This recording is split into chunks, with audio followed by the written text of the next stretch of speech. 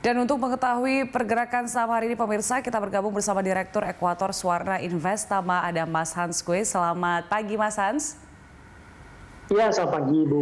Iya Mas Hans, ini tadi indeks kita dibuka di zona hijau, artinya menguat, tapi kemudian berbalik arah ke zona merah. Apa yang menyebabkan fluktuasi dari indeks kita di pagi ini, Mas Hans? Ya, sebenarnya pekan lalu kita cuma berdagang 2 hari, kemudian pasar lama kita tutup ya. Pasar Dow Jones cukup berfluktuasi di global gitu ya. Hari Selasa malam mereka koreksi dan Rabu malam juga koreksi cukup dalam. Baru Kamis Jumat mereka berhasil rebound gitu. Jadi pasar global ini sangat berhati-hati, apalagi menjelang FOMC meeting dari Federal Reserve sendiri gitu. Nah, satu hal yang diperhatikan pasar pekan lalu adalah memang data inflasi Amerika meningkat ya. Ternyata indeks harga konsumen AS itu naik 4,2% gitu. Sebelumnya indeks harga inflasi harga grosiran di Amerika itu naik 6,2%. Nah, inflasi yang tinggi ini memang menimbulkan tanda tanya besar gitu ya. Apakah Federal Reserve akan merubah kebijakannya? Karena yang dilihat pasar itu adalah pertama adalah pembelian obligasi Amerika, yang kedua adalah suku bunga gitu. Obligasi pembeliannya sampai 120 miliar US dollar gitu, sedangkan membeli suku bunga tetap rendah di 0 sampai 0,25% gitu. Nah, ini yang pasar khawatir kalau Federal Reserve melakukan perubahan kebijakan, menaikkan mengurangi pembelian obligasi gitu ya. Dan ini tidak pernah terjadi dulu di 2013 itu terjadi taper tantrum gitu ya. Nah, ini yang membuat pasar mix dan berhati-hati perdagangan pada pagi. Kalau dari dalam negeri sendiri, apakah masih minim sentimen atau seperti apa saat ini? Ya, di dalam negeri agak minim sentimen ya. Kalau kita lihat tidak banyak sentimen yang mempengaruhi pasar saat ini di dalam negeri gitu.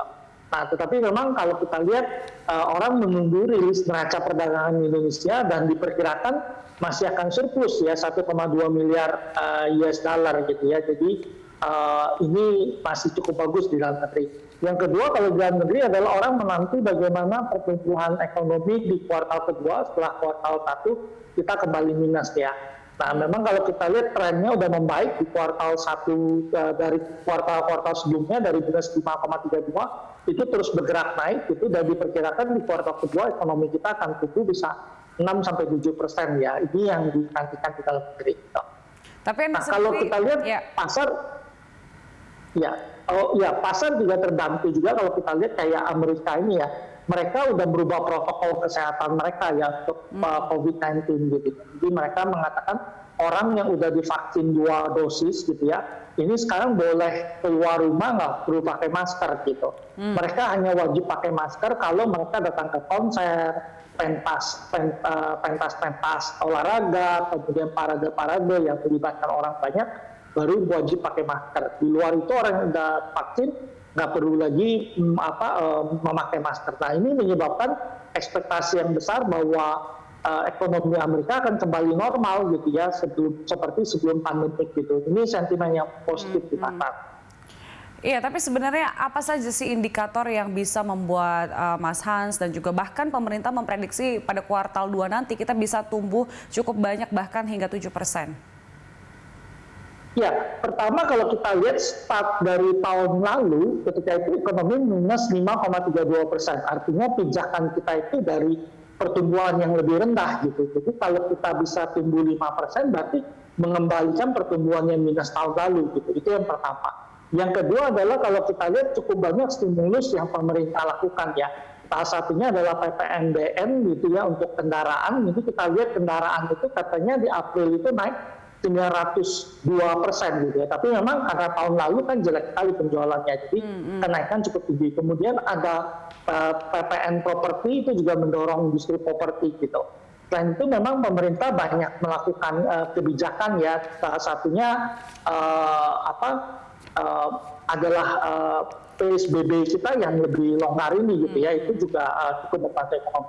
Nah, kita lihat dari penjualan rumah dan otomotif ini berhasil mendorong consumption dari kelas menengah gitu. Jadi selama ini yang jadi masalah di kita adalah kelas bawah itu konsumsinya udah kembali, aktivitas ekonomi relatif normal di kelas bawah. Nah, yang tidak consumption itu di kelas menengah dan atas karena mereka lebih mematuhi protokol kesehatan gitu.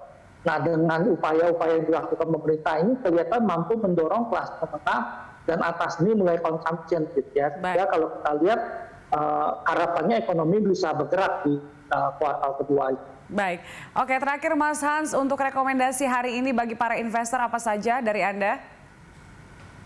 Ya, memang kita perkirakan indeksnya bisa menguat tapi relatif terbatas ya. Kalau kita lihat kemudian memang pasar menantikan FOMC lagi gitu, tetapi kita berpikir Federal Reserve akan tetap dengan pendirian mereka gitu. Kenapa? Karena kalau kita lihat sebenarnya inflasi Amerika ini memang cukup tinggi, tetapi itu terjadi karena orang terima uang cash tunai selama stimulus dan mereka consumption sehingga inflasi kelihatan naik. Tapi begitu stimulus selesai, kemungkinan konsumsi mereka turun. Gitu. Ya, FOMC mungkin nggak akan berubah. IHSG mungkin akan menguat terbatas dengan support di 5911 sampai dengan 5883. Ini resisten di 5966 dan sampai 6005. Beberapa saham yang kita rekomendasikan kayak Java gitu ya, tapi baiknya di sekitar 1860 sampai 1910. Kemudian saham lain adalah Hija ya, kita rekomendasikan baiknya 190 sampai 198. Kemudian Main 810 sampai 855 dan Tedla di 840 sampai 865. Baik, Mas Hans, terima kasih untuk informasinya pada pagi hari ini. Ya pemirsa, Direktur Ekuator Suwarna Investama Hans Kue.